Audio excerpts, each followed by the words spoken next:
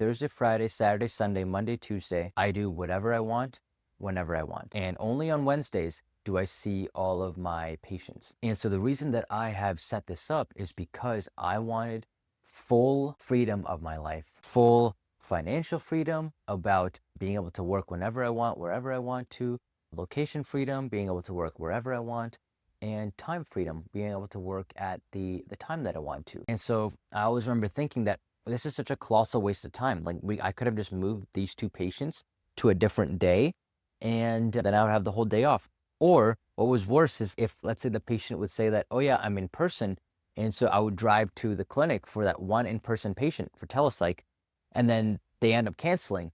Or they'll say, oh yeah, let me go virtual. And I'm like, instead of me driving 30 minutes out to the clinic in the morning at 8 a.m. in rush hour traffic, I could have just stayed home and see the patient from home. And even when I was working my attending job, outpatient concierge private practice, I was working at my first attending job there after my fellowship. And so I'm working there. And I remember having to negotiate with the office manager.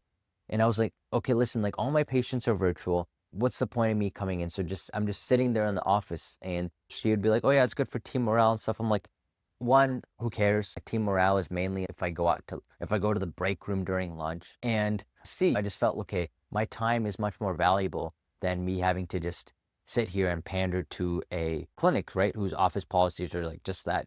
So maybe this doesn't apply to you, but as a young 31, 32-year-old, I guess I have different beliefs or rebellious spirit or however you want to call it. And I can work hard, but I want it to be on my terms. I'm not going to learn it in a simulation type of environment where we discuss over random journal articles and like memorize facts about them. And so yeah, I always had that thought. And then in third year as well, I remember after internal medicine rotations or after like rounds and stuff, a lot of the times in the afternoons, we'd just be sitting there. And I remember thinking like, I could be productive right now. I could be doing something else. Again, going to the gym, cleaning my apartment, studying for our shelf exams, because like we all had to sit in the break room. And that's why when I was able to finally crack freedom through social media, right, in my medical life, then I said, you know what, I'm going to structure my practice to where it's only one day a week.